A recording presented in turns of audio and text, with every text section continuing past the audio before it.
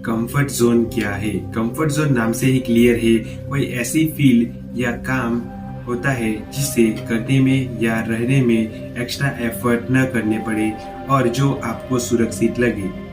तो मैं आपको कुछ ऐसे एग्जाम्पल के जरिए समझाता हूँ कि कंफर्ट जोन क्या है। तो किसी हिंदी मीडियम में पढ़ रहे स्टूडेंट के लिए हिंदी में बात करना, पढ़ना, लिखना, देखना उसका कंफर्ट जोन हो सकता है और शायद किसी और लैंग्वेज में काम करना उसे प्रॉब्लमेटिक लगे।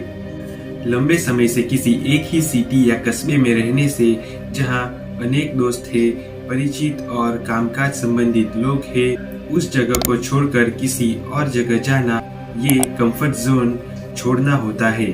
अनेक लोग केवल अपने कंफर्ट जोन में ही पर्सनल रिलेशनशिप बनाना पसंद करते हैं। अलग सोच के लोग और अलग सामाजिक स्तर के लोगों के समूह में जगह बनाना भी कंफर्ट जोन से बाहर आना है। तो अब हम जानते हैं कंफर्ट जोन से हमें बाहर क्यों निकलना चाहिए।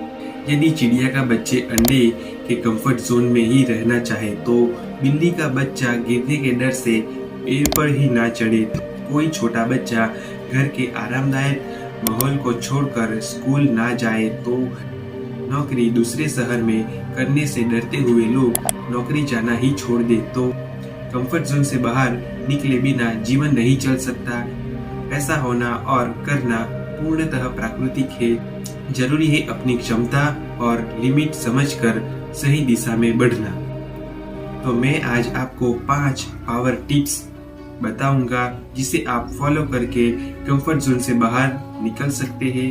कोई ऐसा व्यक्ति जो अपना शहर नहीं छोड़ना चाहता वो अनेकों बहाने सोच सकता है, जैसे कि मैं यह शहर नहीं छोड़ सकता क्योंकि मेरे माँ बाप बूढ़े हैं, उन्हें देखभाल की जरूरत है। कोई व्यक्ति जिसे लोगों में मिलना ज्यादा पसंद नहीं है यह कह सकता है कि नेटवर्किंग इतना महत्वपूर्ण नहीं है, असली चीज काम की क्वालिटी है, इसलिए मैं तो सिर्फ काम पर ही ध्यान दूंगा। आप खुद ईमानदारी से सोचें कि डर के मारे आप खुद को धोखा तो नहीं दे रहे। दूसरा पॉइंट, अपने डर का मूल पता लगाएं।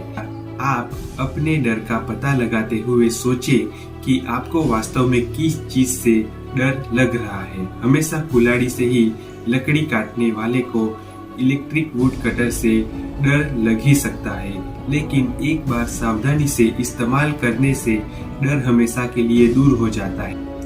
तो डर के प्रकार होते हैं शारीरिक नुकसान, भावात्मक यानी कि अपनों के पास न होना, सामाजिक यानी कि बेइज्जती हो जाना, या आर्थिक मतलब कि बहुत अधिक पैसा खर्च हो जाना इत्यादि। अपने डर को बारीकी से समझें। तो अब जानते हैं डर कम करने के उपाय। एक बार डर का ओरिजिन समझने के बाद ये पता करें कि इससे लड़ा कैसे जा सकता है, उसे कम कैसे किया जाए, किससे मदद ली जाए। महात्मा गांधी को जब चंपारण के नील किसानों की भयानक हालत पता चली तो वे सीधे वहां चले गए और सत्याग्रह आंदोलन शुरू कर दिया। उन्होंने दक्षिण अफ्रीका में ही अपने इस डर पे काबू पा लिया था कि अंग्रेज मुझे मार डालेंगे। अपनी सारी जिंदगी उन्होंने हम भारतीयों को सिखाया कि कैसे नैतिकता की मदद से डर दूर होता है। ऐसी योजना बनाए जो उपयुक्त हो। किसी भी काम को करने का कोई एक सही और गलत तरीका नहीं होता, बस अपना अपना तरीका होता है। आपको श्रीलंका के प्रसिद्ध बैट्समैन अरविंद डी सिल्वा का बैटिंग स्टांस याद होगा। वह सही स्टांस से एकदम अलग था, लेकिन उनके लिए काम करता था। स्पीच देते समय ऑरेटरी में परफेक्ट होना जरूरी नहीं।